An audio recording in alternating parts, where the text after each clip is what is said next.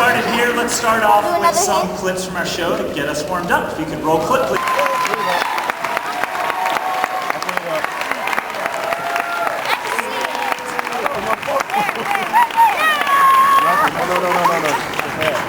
Hello everybody, my name is Eric Coleman. I'm the Senior Vice President of Animation for TV at Disney, and I'm delighted to be here. Having that position means I get to make cartoons with these guys, so I'm delighted about that. I've known Dan Povenmire and Swampy Marsh, the creators and exec producers of Phineas and Ferb. 15 or 16 years. I met them all the way back from Rocco's Modern Life, which is and since I've known them for so long, it's a real pleasure for me to see the incredible success that they're having with this show now. Phineas and Ferb premiered just last year and already was nominated for 2 Emmys and an Annie Award last year, and was just nominated for another Emmy this year. So we're delighted that the critics love the show so much, but really what's most important to us is what the fans think, and you guys have been fantastic. Your support for the show. You're all here now to see some good stuff, and everyone who's just been watching the show has made Phineas and Ferb a huge hit for the Disney Channel and Disney XD.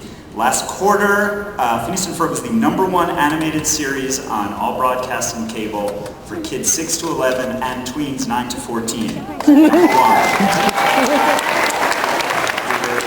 Currently in production on the 2nd season, and we've already picked up a 3rd season, so that will bring us up to 100 episodes. So there'll be lots of episodes for years to come of Phineas and Ferb. Great.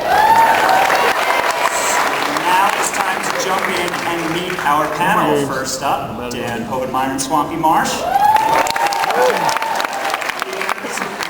Producers. These guys have been in the animation game for many years.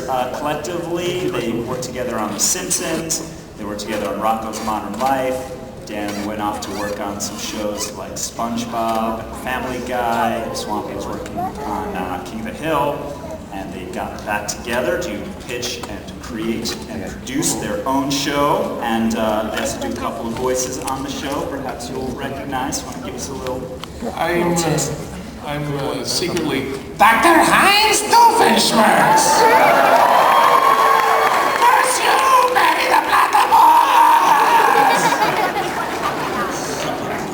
Everybody knows you're evil, and Perry will get you one day.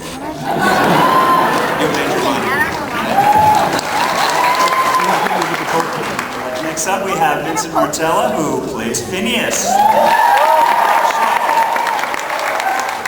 Ladies and gentlemen, boys and girls, children of all ages, we bring you here today to witness the next generation of amusement park rides. And I do Phineas, that's...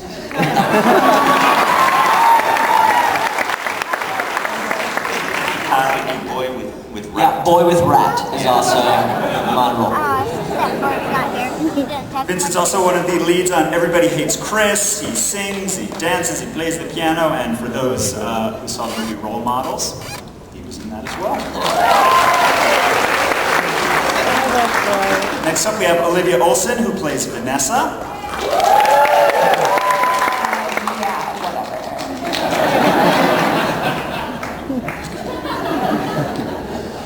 Anybody who saw the movie Love Actually will remember Vanessa's fantastic rendition of All I Want for Christmas, and we're really excited about that. Next up, Tyler Mann, who plays Carl. Sorry, sir. That's pretty much my only line in this. Carl, you're fired. I'm tired. Carl has been over 20 theatrical productions, and then he was scouted by a Disney casting executive and plucked right out of a musical he was in, and Phineas and Ferb is his first major series. So I'm excited to have him on. Next up is a man of very special talents, D. Bradley Baker. He's the go-to guy when you need animal sounds, creature sounds, sounds from Adam's World. I kid you not, D is the guy. He has been in over 200 animated series, video games. He's probably been on more panels here at Comic-Con than any of us. I hear some people yelling out the voices that he does elsewhere. Perhaps he can give us a little taste of Perry.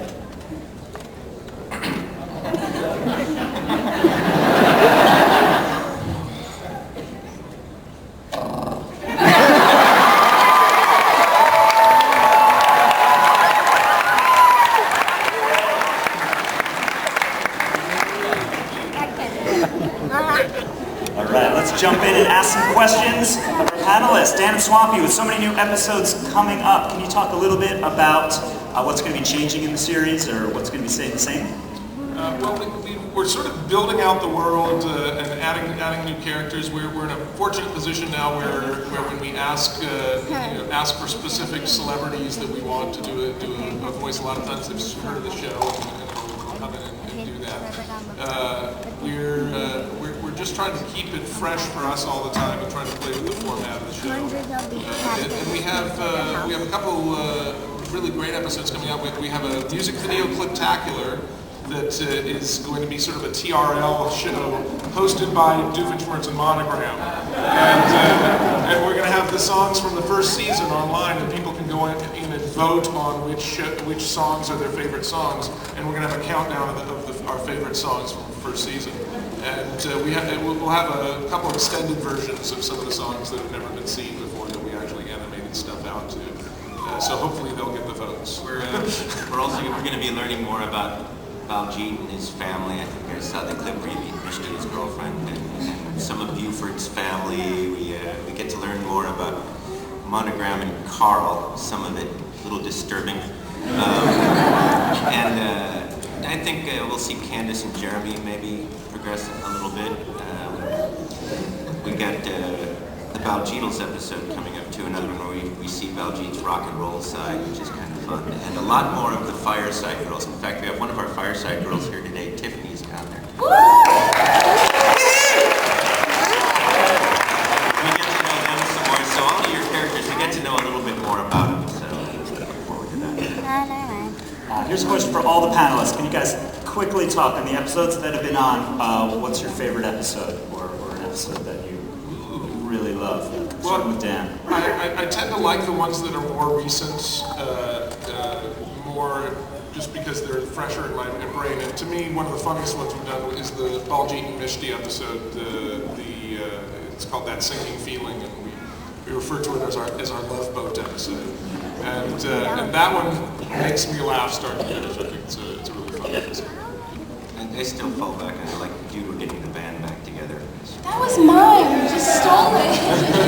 Okay, I take that back. The one I really like is the Chronicles of Meat, because we got to have Don LaFontaine and Lorenzo Lamas in an episode. It's actually Lorenzo Lamas saying meat all the way through. How many people remember Lorenzo? Okay, good. The adults. And it was great because we kind of got to play with the format of the show, and it really worked, and it was a lot of fun, and we got to do some Star Wars moves, so that's fun. I like whatever Swampy directed because he told me to say that or I'd get fired again. Safe, thanks. Yeah, no, I really liked the original roller coaster episode was a lot of fun, and then also our time machine episode was great because it was 30 minutes, and I like our 30-minute episodes. In it, we got to go back in time with a time machine that needs to be plugged into an outlet. Well, you already know mine, but I just think that that episode has such great music. I mean, you all know it got nominated for the Emmy, so it's something to be proud of. I like the one where I don't know the name of it. I'm sorry, but I like the one where Candace, she becomes like a supermodel for one day, and then it turns out like Doofenshmirtz outfit becomes like the new fad. I think it's hilarious. Lights, Candace, action. I think. There we go.